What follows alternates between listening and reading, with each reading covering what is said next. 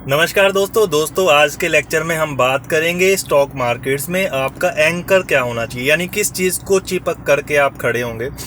दोस्तों यहाँ पे वोलेटिलिटी बहुत ज़्यादा है, शेयर मार्केट में उतार चढ़ाव बहुत ज़्यादा होते हैं और बड़ी कठिन होती है दोस्तों आने वाली जो डगर है उसको प्रेडिक्ट करना कि आगे क्या होगा। ऐसे में अगर आपका एंकर नहीं है, यानी एंकर का मतलब है जिस चीज़ के साथ आप थोड़ा सा सहारा लेके खड़े हो सकते हो।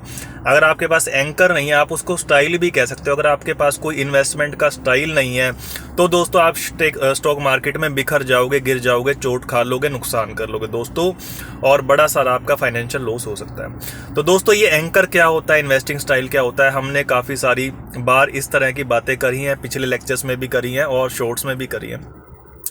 अब दोस्तों तीन तरीके से आप मार्केट को पकड़ सकते हो। पहला तरीका दोस्तों होता है वैल्यू इन्वेस्टिंग, दूसरा होता है ग्रोथ इन्वेस्टिंग और तीसरा होता है मोमेंटम ट्रेडिंग है बेसिकली वो, तो आप उसको इन्वेस्टिंग ना कहें तो अच्छा है दोस्तों।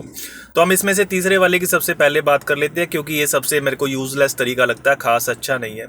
मोमेंटम की बात करते हैं, मोमेंटम ट्रेडिंग की दोस्तों। तो मोमेंटम ऐसी चीज होती है कि जो शेयर बढ़ रहा है आप उसी को खरीदने लग जाते हो। आपको लगता भी है सारी दुनिया इसको खरीद रही है, आगे भी खरीदती रहेगी तो ये बढ़ता जाएगा क्योंकि सेंटीमेंट इसके फेवर में है उस टाइम पे, उस पर्टिकुलर टाइम पे। तो मोमेंटम में दोस्तों ट्रेडिंग करते हैं लोग, एक स्टॉप लॉस की स्ट्रेटजी होती है कि जैसे ही वो नीचे जाना शुरू हुए तो 5 या 10% अगर वो पीक से डाउन है, डाउन ट्रेंड आ गया तो आप उसको बेच देते हैं। तो इस तरह से होता है। और भी दोस्तों इसमें सिस्टम होते होंगे, मेरे को ज़्यादा नहीं पता, लेकिन मेरे को ये पता है कि मोमेंटम की दुनिया में दोस्तों एल्गोरिदम इंसान से आगे निकल चुका है, सॉफ्टवेयर आगे निकल चुका है। तो यहाँ पे आपके लिए खास स्कोप नहीं है कि भाई आप एक इंडिविजुअल है, अपना दिमाग लगा रहे हैं, स्क्रीन के सामने बैठ रहे हैं और आप सोचो यार मैं स्टॉप लॉस लगा के बैठ जाऊंगा। दोस्तों सेबी का डाटा कहता है कि 90% लोगों को फ्यूचर एंड ऑप्शंस में डेरिवेटिव में लॉस होता है, 70-80% लोगों को इंट्राडे में लॉस होता है। तो ट्रेडिंग में दोस्तों पैसा नहीं कमाया जा सकता, ये डाटा भी कहता है और ये सॉफ्टवेयर वाला सिस्टम भी है, एल्गोरिदम वाला सिस्टम भी है। एफपीआई पैसा कमा रहे हैं एल्गोरिदम का यूज करके, प्रोप्राइटरी ट्रेडर्स कमा रहे हैं और आम आदमी का नुकसान हो रहा है। तो भूल जाइए भैया इसको। तो दो ही तरह की बातें बचती है मोमेंटम को अगर छोड़ दें तो, वैल्यू इन्वेस्टिंग और ग्रोथ इन्वेस्टिंग, दो ही एंकर है दोस्तों आपके पास। यानी कि अगर आप वैल्यू इन्वेस्टर हैं तो आप 5-7 साल के लिए, 10 साल के लिए इन्वेस्ट कर रहे हैं। ऐसे स्टॉक इन्वेस्टर है जो ग्रोथ वाला है स्टॉक मार्केट में, तो ग्रोथ इन्वेस्टर भी 5-10 साल, 20 साल, 30 साल के लिए मार्केट में है। ये लोग ट्रेडर्स नहीं है।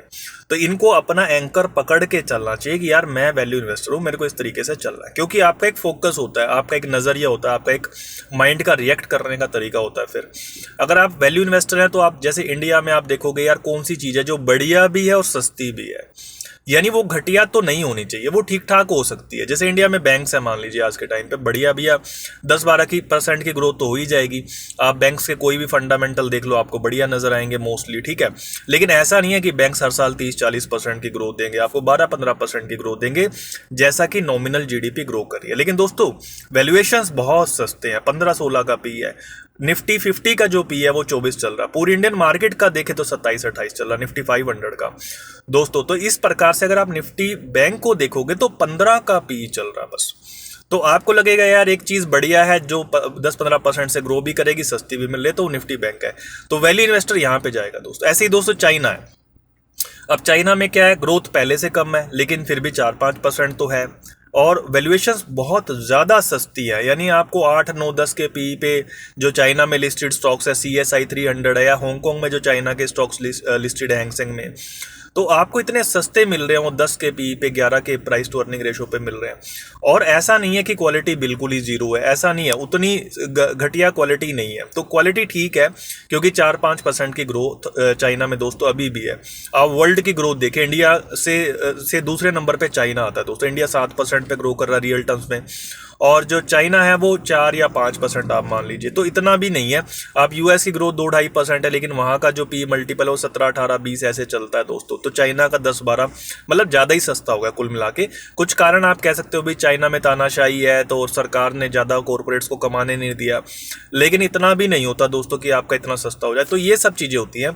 तो कहने का मतलब वैल्यू इन्वेस्टर का अपना एक एंकर है कि वो देखता है यार एक ऐसा बिजनेस लूँ, ऐसा सेक्टर लूँ, ऐसा स्टॉक लूँ या ऐसा कंट्री लूँ जहाँ पे थोड़ी बहुत तो ठीक ठाक फंडामेंटल्स हों और दूसरा वैल्यूएशंस बड़ी सस्ती मिल जाए, मेरे को बढ़िया मिल जाए, वो वैल्यू इन्वेस्टर का एंकर होता है दोस्तों।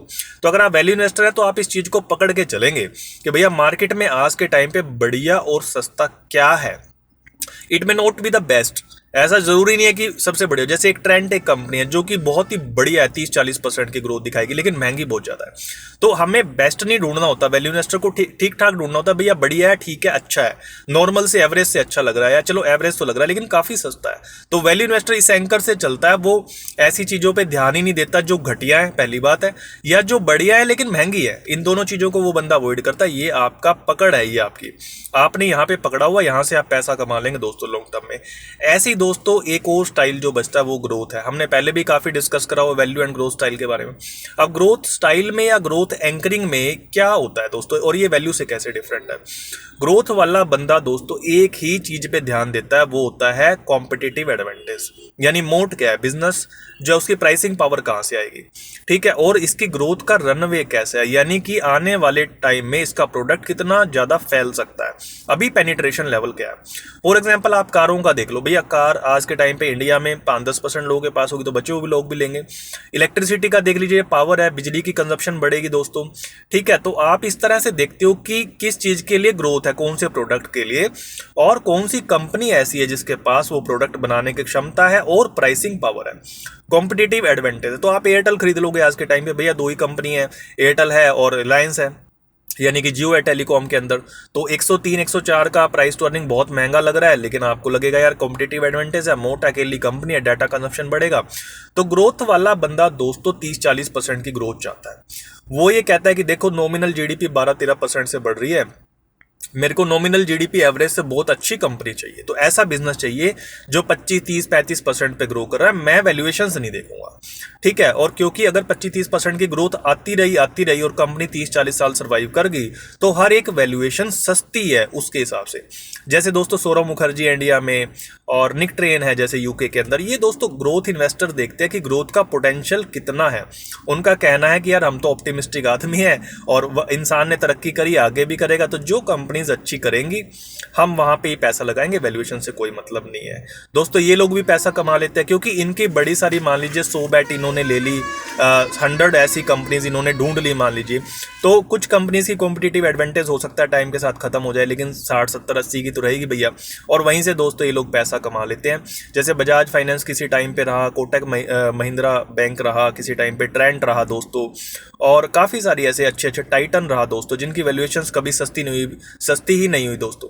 तो उसमें क्या होता है, जो वैल्यूएशंस वाले इन्वेस्टर होते हैं, वैल्यू इन्वेस्टर, वो तो इनको मिस ही कर जाते हैं क्योंकि इनके लिए वो चीज़ें सदा ही महंगी रही है, लेकिन ग्रोथ वालों ने इनमें खूब पैसा कमाया होता है। तो ग्रोथ वाले वैल्यूएशंस नहीं देखते दोस्तों, और वो इस चीज़ पे ध्यान देते हैं कि 30-25-30% से कौन ग्रो कर रहा है, किसका प्रोडक्ट और ज़्यादा पेनिट्रेट करेगा, किसके पास कॉम्पिटिटिव एडवांटेज है दोस्तों। धन्यवाद। आप चाहे ग्रोथ इन्वेस्टर हो चाहे वैल्यू इन्वेस्टर हो, अपना एंकर पकड़ के चलिए। अगर आप शिफ्ट करोगे ना भैया, मोमेंटम आ गया, मैं यहाँ इस ट्रेन में चढ़ जाऊँ, कभी वैल्यू वाली में चढ़ जाऊँ, कभी मैं जो है ग्रोथ वाली में चढ़ जाऊँ दोस्तों, फिर आपका नुकसान होगा। धन्यवाद, शुक्रिया इतनी लंबी वीडियो, इतना लंबा लेक्चर सुनने के लिए।